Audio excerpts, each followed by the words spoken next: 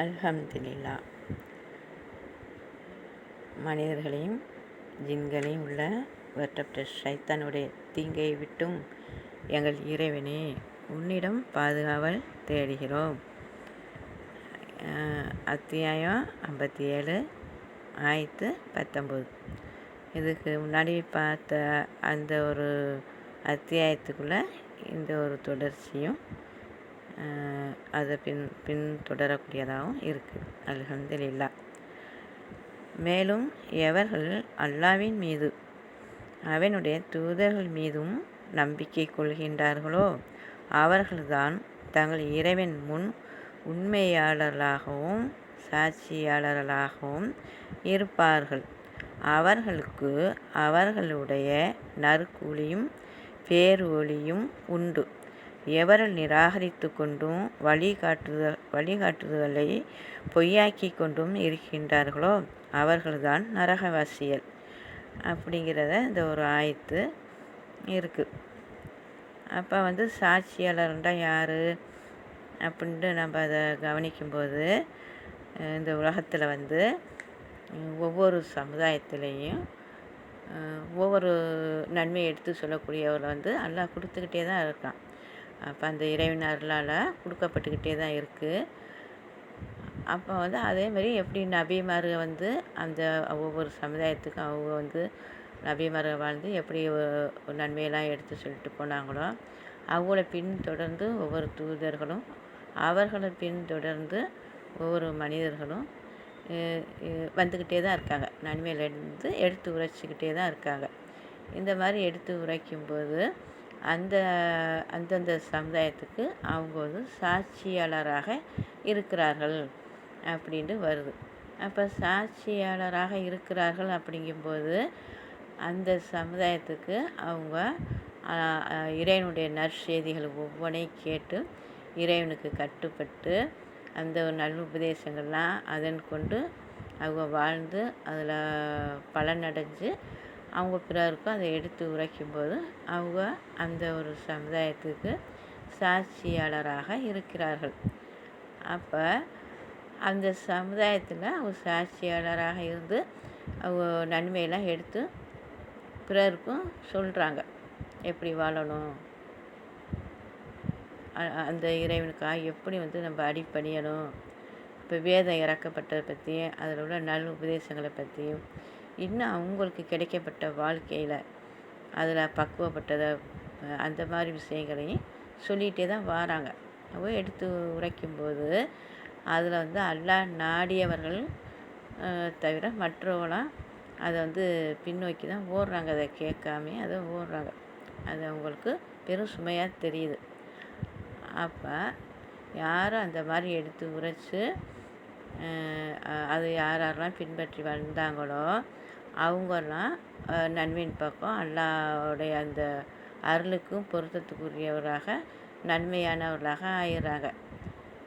யாரெல்லாம் இதை பொய்ப்பிச்சு இதெல்லாம் அப்படிலாம் வாழ முடியாத, இதெல்லாம் ஒரு கஷ்டமாக இருக்கும் அப்படின்னு பொய்ப்பிச்சு யார் ஓடுறாங்களோ அவங்கள தான் கேள்வி கேட்கப்படும்போது உங்களுக்கு நன்மையெல்லாம் எடுத்து உரைக்கலையா அப்படின்ட்டு கேள்வி கேட்கக்கூடியதாக இருக்குது. அப்போ அந்த நேரத்துலேயே அவங்க என்னென்னா அதை விட்டு மறைக்கிறக்காண்டி பல மாதிரி விஷயங்கள்லாம் அவங்க பேச ஆரம்பிக்குவாங்க. அந்த நேரத்தில் தான் சாட்சியாளராக கொண்டு வராங்க. யார் எந்த சமுதாயத்துக்கு யார் அந்த நன்மையெல்லாம் எடுத்து உரைச்சாங்களோ அவங்கள கூப்பிட்டு உங்களுக்கெல்லாம் நீங்கள் எடுத்து உரைச்சிங்களா அப்படின்னு சொல்லி அவங்கள கேட்கும்போது அவங்கள்ட்ட அவங்களும் பேசுவாங்க. அந்த நேரத்தில் தான் அந்தந்த சமுதாயத்தினருக்கு அவங்கவுங்கள சாட்சியாளராக கொண்டு வரப்படுது அப்படின்னா இங்கே விசாரணைக்கு கொண்டு வரப்படும். அப்போ யார் கடைப்பிடிச்சு யார் இந்த உண்மையின் பக்கம் அல்லாஹ்வுடைய ஒவ்வொரு நற்செய்திகளையும் அந்த வழிகாட்டுதலை பின்பற்றி வாழ்ந்துட்டே வராங்களோ ஒவ்வொருத்தரும் சாட்சியாளராகவே அமைக்கப்படுவார்கள்.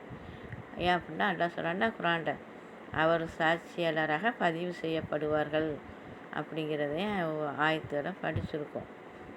அப்போ சாட்சியாளராக வாழணும் அப்படிங்கிற அந்த வாழ்க்கை ஒரு கஷ்டமாக இருந்தாலும் நமக்கு வந்து அல்லாஹ் வந்து மறுமைக்கு பாக்கியமான ஒரு உயர்வான ஒரு பாக்கியத்தையும் அந்தஸ்தையும் தரக்கூடிய அந்த ஒரு பாக்கியம் கிடைக்கும். அப்போ நம்ம இந்த உலகத்தில் பாடுபட்டால் தானே அந்த உலகத்தில் அந்த பாக்கியத்தை அடைய முடியும். அப்போ அல்லாஹ் என்ன சொல்கிறான், நன்மையின் பக்கம் பாடுபட்டார் அவரை போல் ஆவாரா. அப்போ நன்மைக்காக பாடுபட்டவர் போல் ஆவாரான்னு வருது. அப்போ எந்த அளவுக்கு நன்மையின் பக்கம் நம்ம வந்து வாழ்கிறோமோ அந்த அளவுக்கு நன்மையை பெற்றுக்கொள்வோம். நம்மளுக்கு வந்து இந்த உலக வாழ்க்கை வந்து நம்மளை வந்து அந்த நன்மையின் பக்கம் போக விடாமல் இந்த ஒரு சுகத்தை வந்து அடையக்கூடியதாக இருக்குது. அதில் விழிப்புணர்வோடு இருந்து வேதத்தை அதிகமாக அதையே பார்த்துட்டே இருக்கும்போது இந்த ஒரு மறுமையின் வாழ்க்கை பக்கம் மன விருப்பம் போகும். குரானை எந்த அளவுக்கு பார்க்குறோமோ அந்த அளவுக்கு நம்மளுக்கு உள்ளட்சமும் பணிவும் ஏற்படும். இந்த குரானை அதிகமாக பார்க்கணும், அதில் உள்ள விஷயங்களை அதிகமாக சிந்திக்கணும். அப்போ மனதுக்கு அமைதி கிடைக்கும், மனதுக்கு சமாதானம் கிடைக்கும். இன்னும் அல்லாஹ்வை அதிகமாக நெருங்கக்கூடிய அந்த பாக்கியம் கிடைக்கும். அப்போ நம்ம அல்லாஹ்வை நெருங்கக்கூடியவளாக இருக்கணும். இந்த ஒரு மாகியான உலகத்தில் நம்ம சிக்கி அல்லாஹ்வுடைய பாக்கியத்தை இழந்துடக்கூடாது. அப்போ எந்த நேரமும் அல்லாஹ்வுடைய பாக்கியத்திலே வாழணுங்கிற ஆர்வத்தையும் அந்த துவாவுலையும் இருக்கணும். அப்போ இந்த மாதிரி யார் வந்து அந்த ஒரு பாக்கியத்தை அடைஞ்சு வராங்களோ, யார் அந்த ஒரு சாட்சியாளராக இருக்கிறார்களோ அவர்களுக்கு ஒளி கொடுக்கப்பட்டவர்களாகவும் சாட்சியாளராகவும் இருப்பார்கள் அப்படிங்கிறது வருது. யார் அந்த இறைவன் பக்கம் வழிகாட்டுதலை நிராகரித்து கொண்டும் தம் வழிகாட்டுதலை பொய்யாக்கி கொண்டும் இருக்கின்றார்களோ அவர்கள் நரகவாசிகளே. அப்போ யார் அந்த வழிகாட்டுதலை எடுத்துக்கொள்ளாமல் இந்த உலக ஒரு பொய்க்கா வாழும்போது அவர்கள் நரகவாசிகளே அப்படிங்கிறது இந்த ஆயத்துலேயும் வந்திருக்கு. அல்லாஹ் பாதுகாப்பானாக. நம்ம அனைவரும் அல்லாஹ் பக்கம் திரும்பக்கூடியவங்க, இறைவன் இறைக்கி அந்த அருள் ஒவ்வொரு விஷயங்களையும் கடைப்பிடிச்சி அதில் வாழணும் அப்படிங்கிற விருப்பத்தை வைக்கணும். விரும்பினா தான் அது நம்மளுக்கு கிடைக்கும். விரும்பும்போது அந்த ஒரு சிந்தனை பக்கம் கொண்டு போயிட்டே இருக்குமானா போயிட்டே இருக்கும். அந்த சிந்தனை பக்கம் போகும்போது எங்கள் இறைவனே, நீ காட்டிய இந்த நேர்வழியிலே எங்களை வாழ வைப்பவனே, எங்களை வழி நடத்துபவனே, எங்களுக்கு அருள் புரிபவனே அப்படிங்கிறது அந்த பிரார்த்தனையிலே இறைவன்கிட்ட இறைஞ்சி அப்படியே பணிவோடு கேட்கும்போது நமக்கு இந்த ஒரு வாழ்க்கையை கொடுப்பான். ஏன்டா இறைவன் சொல்லிட்டான், என்னிடமே கேளுங்க உங்களுக்கு நான் தாரேன்னு சொல்லியிருக்கான். அப்போ இறைவனிடமே கேட்கும்போது நமக்கு இந்த ஒரு பாக்கியம் அருளப்படும். இப்போ ஒவ்வொருத்தரும் இந்த ஒரு பாக்கியத்துக்கு அந்த விருப்பத்தை இறைவனிடம் வச்சு இந்த அருளை பெறக்கூடியவராக ஒவ்வொருத்தருக்கும் நல்லா அருள் புரிய போதுமானவே. அல்ஹம்துலில்லாஹ்.